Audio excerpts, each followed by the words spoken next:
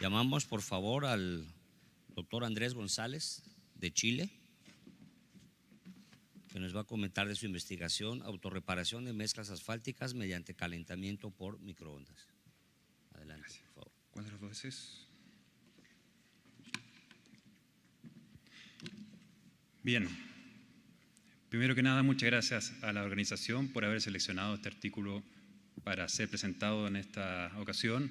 Y también quiero agradecer a mis coautores, Jonathan Valderrama, que actualmente trabaja en la Universidad Católica de Chile en la Unidad de Ingeniería Vial, y al doctor José Norambuena, amigo y colega, que trabaja en la Universidad del Biobío. Esta presentación tiene 5 partes. Primero, una descripción del concepto de autorreparación de materiales, luego seguido por la motivación de esta investigación y sus objetivos y preguntas, luego los materiales y métodos de laboratorio utilizados, el análisis de resultados y finalmente algunas conclusiones y recomendaciones. Y para explicar el concepto de autorreparación de materiales me voy a ir a un área totalmente distinta a la ingeniería y a la ingeniería vial en particular. Quiero que nos vayamos, a los que les gusta el cine de ciencia ficción, retrocedamos 30 años y nos acordemos de una película que se llama Indiana Jones 3, que hay 2 pedazos de actores, Harrison Ford y Sean Connery, y en esta escena que voy a mostrar, Sean Connery fue seriamente herido y Harrison Ford tiene un líquido mágico que va a autorreparar, autosanar una herida. Ahí Sean Connery toma este líquido mágico, vemos la herida, se vierte un poco de este líquido mágico y rápidamente, mágicamente, se sana, se repara esa herida. Ojalá tuviéramos un líquido así, digo yo, para reparar grietas, ¿cierto? Y baches en un pavimento de asfalto. Bueno, pasando de esta escena de ciencia ficción, volvemos a la ingeniería y podemos decir que los materiales autorreparables existen desde hace bastante tiempo. Y a mí me gusta esta clasificación en 2 grandes grupos. Los materiales que tienen o necesitan un estímulo externo para autorrepararse, por ejemplo el que aparece a la izquierda, donde tenemos este material que tiene ciertos elementos que a través de un estímulo, por ejemplo una radiación, reaccionan y esa fisura que aparece se puede reparar, se puede sellar, incluso mecánicamente. Al lado derecho tenemos ya un material 100% autorreparable, es decir, no necesita estímulo externo. También tenemos ahí un material compuesto, un polímero con cápsulas. Cuando una grieta fisura pasa por el material y rompe una cápsula, se libera este agente autorreparador y se autorrepara la grieta, la fisura. Esto es algo que ya se ha aplicado hace algún tiempo a los pavimentos de asfalto, con resultados bastante auspiciosos. Pero la motivación de esta investigación va un poco más allá, en particular si nos vamos a lo que es el calentamiento externo, es decir, aplicamos un estímulo externo a una mezcla asfáltica. Y el concepto general está explicado en esta figura, donde tenemos agregados, tenemos betún ligante, y a estas mezclas generalmente se le agrega algún tipo de elemento metálico. ¿Por qué? Porque cuando se aplica la inducción magnética o la radiación microondas, ese calor, esa energía, digamos, se transfiere en forma de calor a las fibras. Las fibras transmiten ese calor al betún ligante y, digamos, las microfisuras que tienen o podrían tener una mezcla asfáltica, digamos, por capilaridad se sellan y se produce una reparación mecánica de la mezcla asfáltica. Esto, como dije, es aplicado con 2 grandes tipos de estímulos externos, la inducción y el microondas. A la izquierda tienen resultados, es un gráfico que muestra en el eje horizontal el tiempo de calentamiento, el tiempo que aplica inducción, y en el eje vertical la temperatura. La particularidad de la inducción magnética es que solamente calienta los metales. Por lo tanto, podemos ver en esa gráfica que a medida que disminuye el contenido de metal en la mezcla, baja la temperatura. De hecho, cuando tengo 0% de fibra metálica, no hay calentamiento. Pero en el gráfico de la derecha vemos, en el caso del microondas, que incluso cuando no tengo fibras, igual se produce un calentamiento. Por otro lado, otros investigadores, en este caso en España, observaron también algunas tendencias interesantes, en el sentido de que incluso si bajo el contenido de fibras metálicas, que está subrayado ahí en color rojo, de 0,6% a 0,2%, la temperatura que logran las mezclas de asfalto calentadas por microondas igual es bastante similar. Es decir, teniendo mucha fibra o poca fibra, en términos simples, igual se produce un calentamiento importante. Eso nos hizo llegar a la motivación y objetivos. En el fondo, lo que nos hizo pensar los resultados de la literatura es qué pasa si comparamos mezclas de control sin ningún tipo de aditivo que gatille el calentamiento por microondas con probetas con mezclas que sí tienen estos aditivos y veamos qué tanto vale la pena agregar estos aditivos, producir mezclas nuevas con estos aditivos en términos de reparación y temperatura. Y los tres materiales que gatillan o que son susceptibles al microondas son la fibra metálica, viruta metálica, un material de desecho, y el carburo de sílice.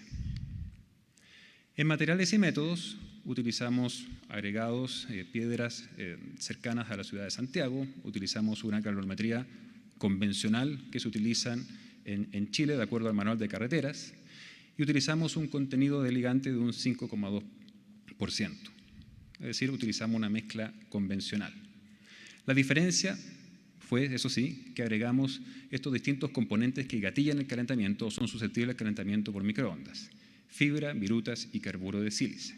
Ahí vemos un detalle, una foto por microscopio de los distintos elementos que utilizamos y que agregamos en distintos contenidos a las mezclas de asfalto. Para hacer los ensayos y medir la autorreparación, utilizamos este ensayo semicircular, es decir, fabricamos probetas Marshall y después esas probetas Marshall las cortamos en 4 y producimos o fabricamos estos especímenes semicirculares apoyados o cargados en 3 puntos.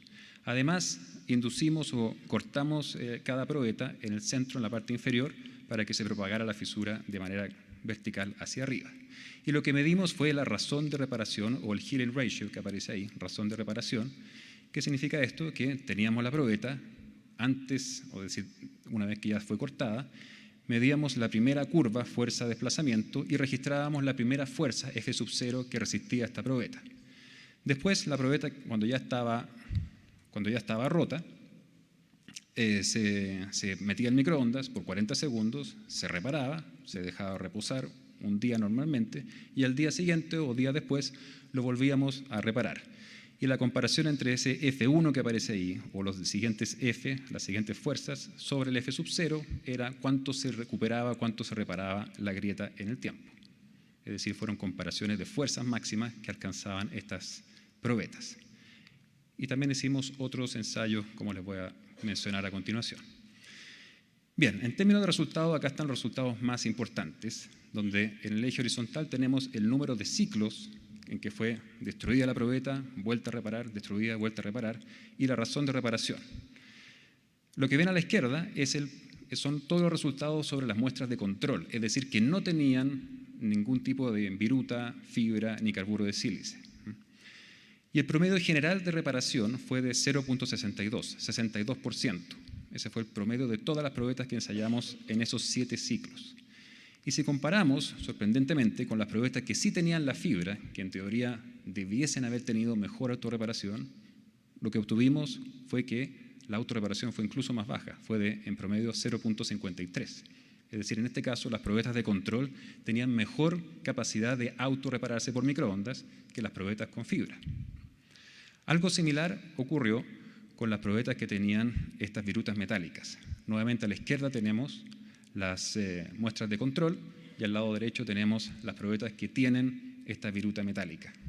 Nuevamente, como eran de control, son las mismas del caso anterior, 62%, 0,62 de promedio de autorreparación, y las de la derecha tuvieron un 0,52, o sea, 52%. Nuevamente, las probetas de control en este caso fueron o tuvieron mejor autorreparación. ¿Vale la pena ponerles algo? Parece que no. Y el carburo de sílice fue algo similar.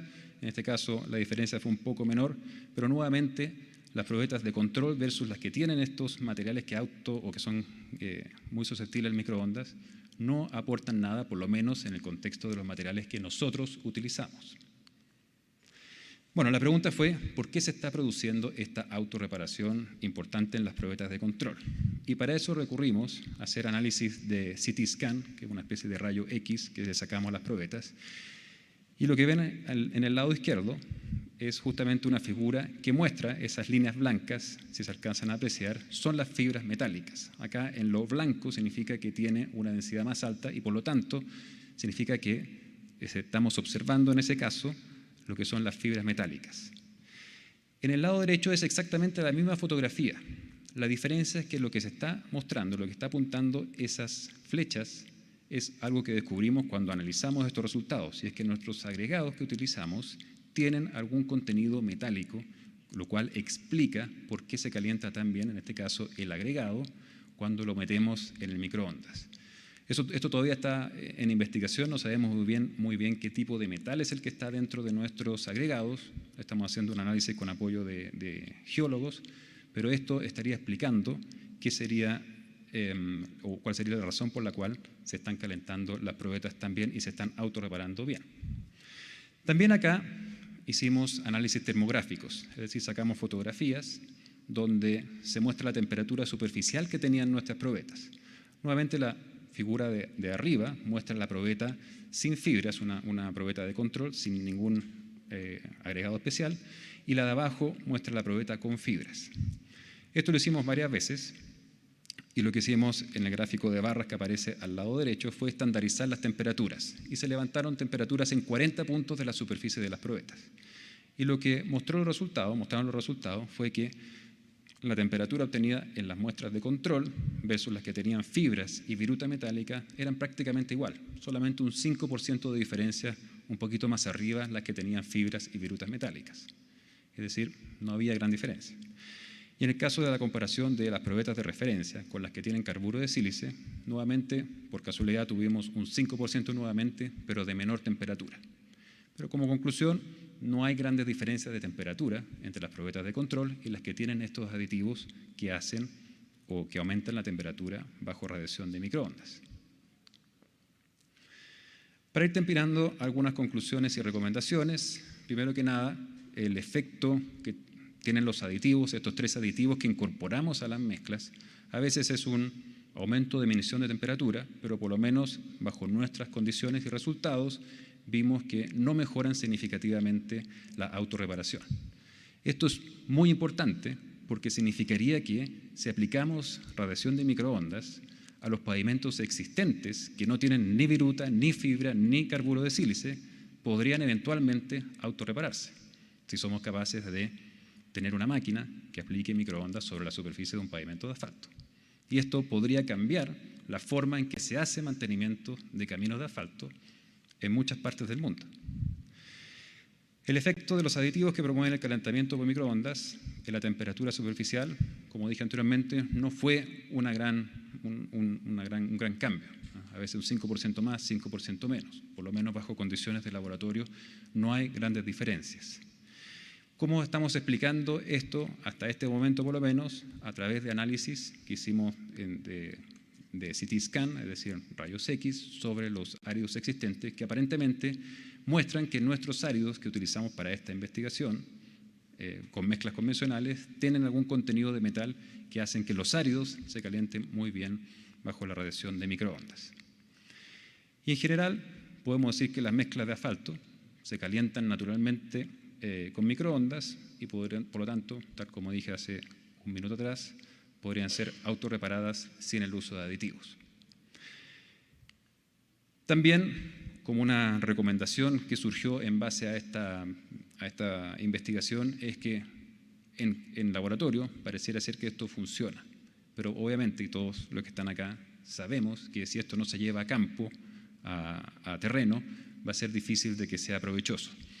Y justamente lo que estamos haciendo en la Universidad Católica con apoyo de otras personas es el desarrollo de un primer prototipo. Ya terminamos un primer prototipo que es capaz de calentar o aplicar microondas y calentar la superficie de asfalto. Y actualmente estamos desarrollando un segundo prototipo bastante más potente. Está en proceso de patentamiento para poder, ojalá en el corto plazo, poder demostrar, vamos a ver qué es lo que sucede, demostrar que esta autorreparación de pavimentos también es aplicable para pavimentos existentes en el campo. Eso les quería contar y muchas gracias por su atención.